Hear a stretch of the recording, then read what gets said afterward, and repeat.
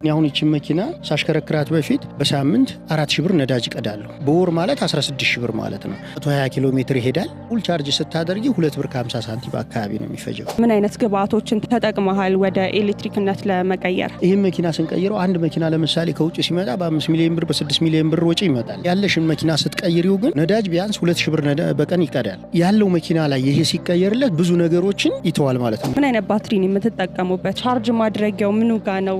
ድሮ የነበረችው ቮልክስዋገን የምትታወቀው ሞተሯ እዚህ ጋር ነበር ማለት ነው። የኤሌክትሪክ ሞተሩን ገጥመንላታል። እቺ ቻርጀሯ ነች። 5 ባትሪዎች ስለሆነ የተጠቀምነው 5 ጊዜ 12 60 ነው። 60 ቮልትን ቻርጅ የምታደርግልን ዲሲ ቻርጀር ነች ማለት ነው። ራሱን በራሱ ቻርጅ አድርግ ብለን ስንል ደግሞ ይሄ አሁን እዚሁ ላይ ባለው ኤሌክትሪክ ቻርጅ መጠቀም እንችላለን ማለት ነው። መኪናው ቻርጅ እያደረገ ነው አሁን። ምናልባት አሁን ይህንን መኪና ወደ ኤሌክትሪክነት ለመቀየር ምን ያህል ጊዜ ፈጀብህ? ድምጹ በቃ ዜሮ ነው የሚሆነው። እሺ ማለት ድምጽ ነው እንጂ የሞተር ድምጽ የምትሰሚው የለም። መኪናው ደግሞ ሲሰራ ብዙ ነገሮች ውስጡን ቀይረነዋል። ማርሽ ሲስተሙ አሁን እቺ መኪና የምትታወቀው ማኑዋል ማርሽ ብቻ ነበር፣ የእጅ ማርሽ የምንለው ማለት ነው። አሁን ግን ደግሞ ተጨማሪ ማርሽ ኤሌክትሪካል ማርሽ ጨምረንላታል። አካል ጉዳተኛ 2 እግር የሌለው ሰው አሁን ይሄን መኪና መንዳት ይችላል ማለት ነው፣ ማሽከርከር ይችላል። በዚህ አይነት መልኩ እስከ ጭነት መኪና ድረስ ያሉትን ቀይራቸዋለን ማለት ነው።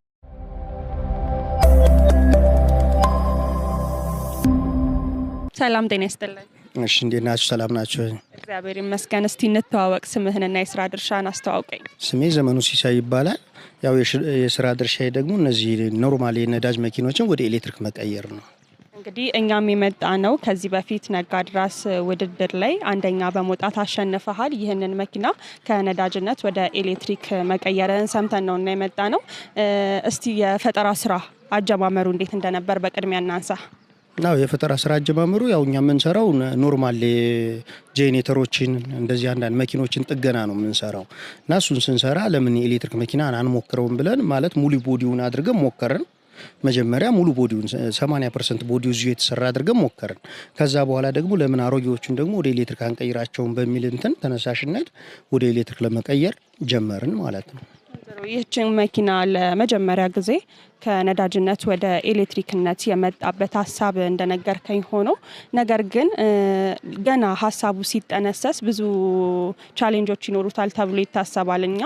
በእኛ በኢትዮጵያ ውስጥም ደግሞ እንደዚህ አይነት የፈጠራ ውጤቶች ከጥቂቱ በትንሹ ናቸው ያሉት እና እንዴት ነበረ ሀሳቡን ስታስቢው? በነገራችን ላይ አሁን የኤሌክትሪክ መኪና ይከብዳል። ሀሳቡ የሚከብድበትም ነገር ምንድን ነው? አሁን ሌላ የሞተር መኪና ለመስራት ቢሆን ብዙ ሞተሮችን ታገኛለሽ፣ በነዛ ትጠቀሚያለሽ። ይሄኛው ግን የኤሌክትሪክ መኪና ምንም አይነት ስፔር ፓርት እየመጣ አይደለም። የኤሌክትሪክ መኪና ወደኛ ሀገር እየመጣ ነው አሁን፣ ግን ቢመጣም ስፔር ፓርት የለም፣ አታገኝም ማለት ነው። ለዚህ መኪና የሚሆን አሁን እኛ ፈልገን ነው ብዙ ነገሮችን